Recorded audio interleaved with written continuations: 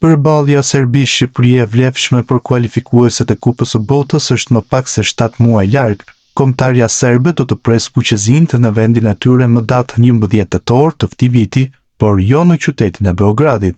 Siç raporton gazetarja Arlin Sadiku, përballja Serbi-Shqipëri nuk do të zhvillohet në kryeqytetin serb.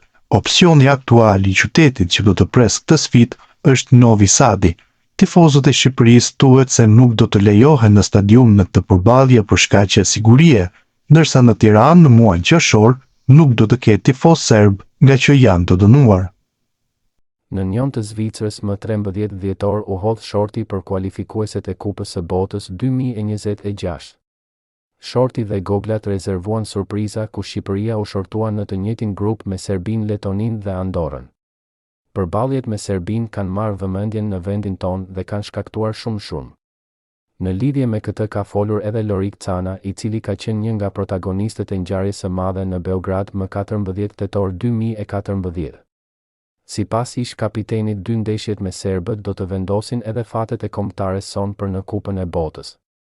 Gjithashtu për Top Channel nënvizoi se FIFA dhe UEFA nuk duhej të lejonin Shqipërinë dhe Serbinë në një grup pasi disa rregulla nuk lejojnë që vendet që janë në konflikt të drejtpërdrejtë dhe qasje politike të luajnë së bashku. E largoi fokusin nga pjesa teknike nga loja nga qëllimi që është për herë të parë ndoshta të mundohemi të bëjmë një hap konkret drejt kualifikimit në një botëror, sepse kemi qenë gjithmonë shumë larg. I vetmi vit ku mund të kishim kapur ndonjë vend ishte në botërorin e 2014, sepse mendoj që kemi qenë në një grup të kapshëm, por ne nuk kishim arritur një lloj pjekurie si skuadër.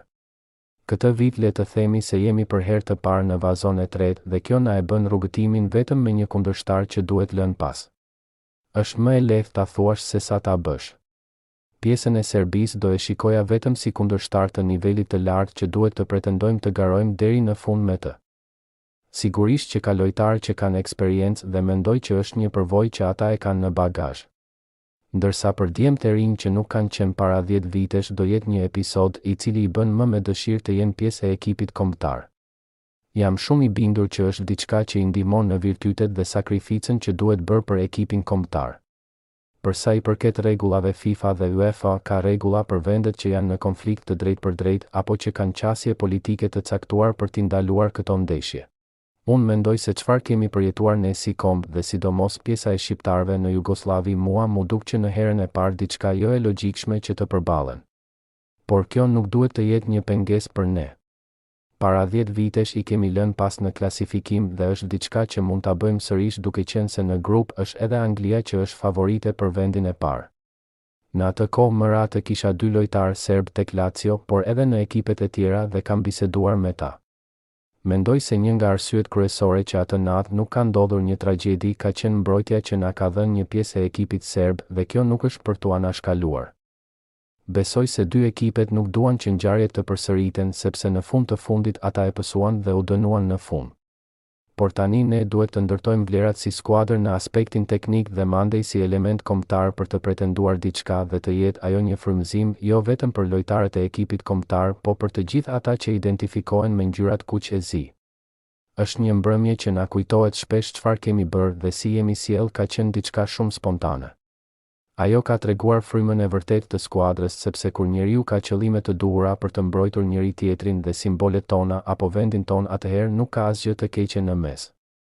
Përkundrazi ka qenë mbrëmje e cila në atë kohë ka solidifikuar dhe mbledhur akoma më shumë pjesën e popullit, njerëzit tanë dhe tifozëve me ekipin kombëtar dhe ka qenë moment i rëndësishëm për domethënien e ekipit kombëtar dhe në fund kjo u mbyll me një kualifikim. Besoj kjo ka për të qenë frymëzim për çunat e kombëtares që të japin maksimumin.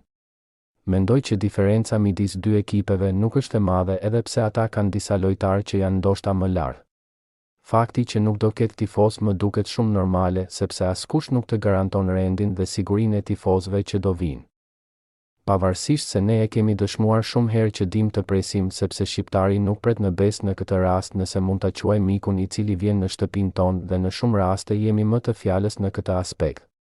Normal që futbolli duhet të jetë me tifoz, duhet të ketë tifoz kundërshtar, por marrëdhënia që ne kemi me shoqërinë serbe në përgjithësi dhe me situatën ku është e përfshirë akoma Shqipëria dhe Serbia mbetet gjithmonë në mes identiteti i Kosovës dhe atë rrugëtimin që kemi pasur dhe akoma nuk ka një zgjidhje përfundimtare që e bën më delikate këtë situatë. Dy vendet nuk kanë qenë në konflikt direkt dhe nuk kërkojnë territoret e njëra tjetrës dhe pastaj ndeshja të jetë automatikisht pa tifoz, por mendoj që në gjendjen aktuale besoj që është më mirë që secili të presë në shtëpinë e vet pa tifozët kundërshtar. Siguron një lloj mbarvajtje. Unë nuk pres të njëjtat ngjarje apo larg qoftë edhe dhunë brenda fushës, sidomos nga pala jon. Mendoj që duhet të jemi mjaftueshëm të pjekur siç e kemi dëshmuar dhe në kohën kur Serbia erdhi te ne që i shohim gjërat ndryshe, i mendojmë ndryshe dhe veprojmë ndryshe dhe ky besoj që është shembull që i japim të gjithëve, ka përfunduar ish kapiteni Cana.